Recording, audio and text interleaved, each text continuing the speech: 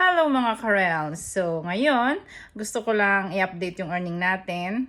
Actually, medyo ako nasasan kasi nagbabawas si Ala po talaga.